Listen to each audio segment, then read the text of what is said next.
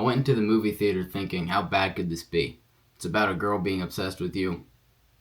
What's so bad about that? And even if it was scary, I was thinking it wouldn't really affect me because even if I had a magic wish, I wouldn't make that be my wish. But in the first 15 minutes of the movie, and this isn't really spoiling anything, it does such a good job of painting a perfectly accurate picture of the friend zone. The awkwardness of it, the uncertainty, the reading too much into signs with too much hope. It was one of those things that actually made me cringe because it was, unfortunately, pretty relatable. Yeah, I'll admit, I've been in those shoes before. I think most people probably have. And it was just one of those moments sitting in the movie theater where you kind of have the thought that there are no original life experiences. But anyway, the main character's wish for the girl to love him stems from those feelings of being in the friend zone. And unfortunately, as soon as they kind of painted that picture of the friend zone, I could kind of see where he was coming from.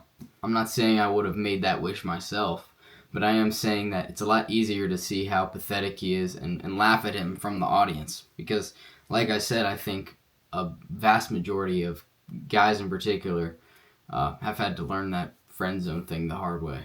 That is what was initially so scary about this movie to me. The fact that a guy, a regular guy, had brought it upon himself. It wasn't a monster or a evil clown that had come to attack him for no reason. That wasn't the villain of the movie. It was something he had asked for. His villain, this girl, she was actually a result of his own desires. And so really, he was the one orchestrating the evil. But then at some point through the movie, I guess in an attempt to comfort myself, I had a thought that made the whole thing kind of less scary. I realized that this whole nightmare could only happen as a result of not respecting yourself. Obviously, it's not going to happen at all, hopefully. But the whole idea of just desperately wanting a pretty girl to like you for no reason other than to serve yourself, that's something that only happens if you feel like you aren't good enough on your own. In real life, I think the friend zone is a place you have to choose to enter. You don't just end up there randomly. Being in the friend zone comes from a place of neediness. It comes from you assuming that the girl you want is better than you. And with that kind of mindset, where else would she put you? No one wants to date someone that, worships them like that. It's weird. And so you could get out of that place just like this. The second you decide you don't need that girl, you're out.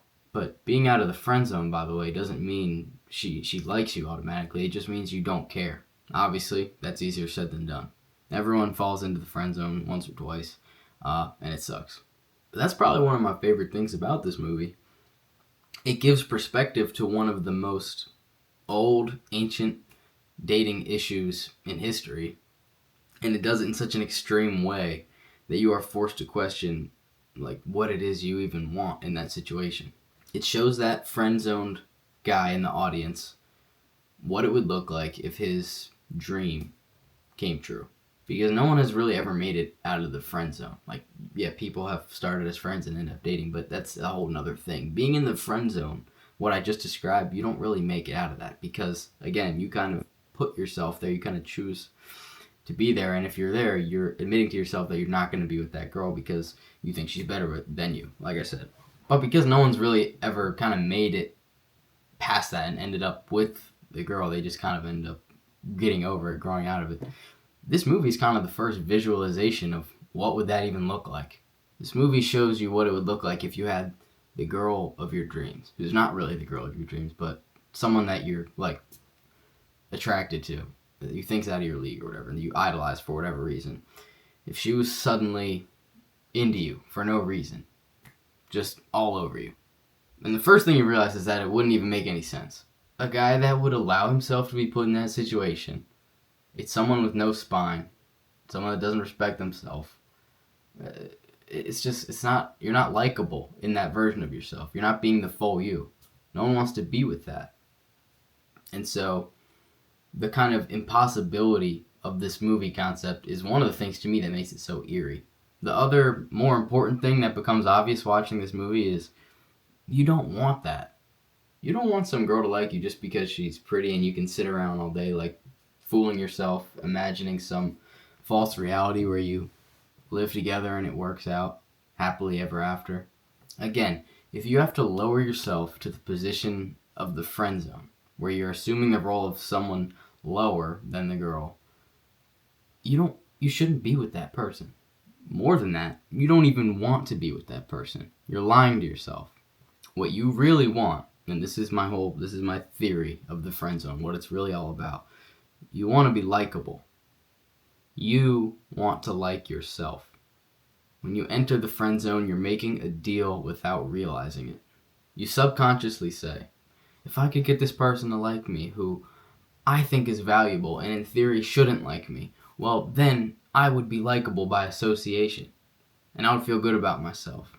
And so then, even though you know it's not going to happen, you waste all your energy trying to trick yourself, fantasizing about maybe it becoming real one day and it all working out. Because it's easier to do that than to confront yourself as an individual and say, what am I actually missing?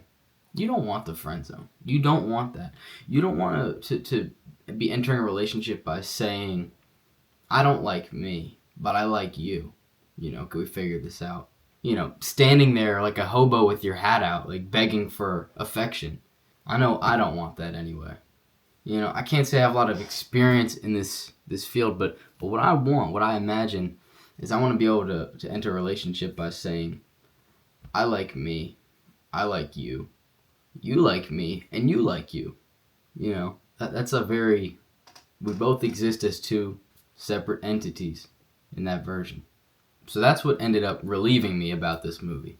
As long as I can keep my head on straight and respect myself as an individual and feel whole in my own personality, then that self-serving desire to be chosen, which is the real scary thing about this movie, that's the real villain, that can never happen.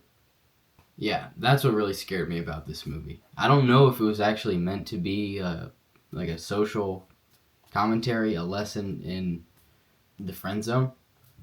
But, and I didn't have any of these thoughts until probably, they didn't really start forming until like halfway through the movie. So I could see how you could watch it just surface level.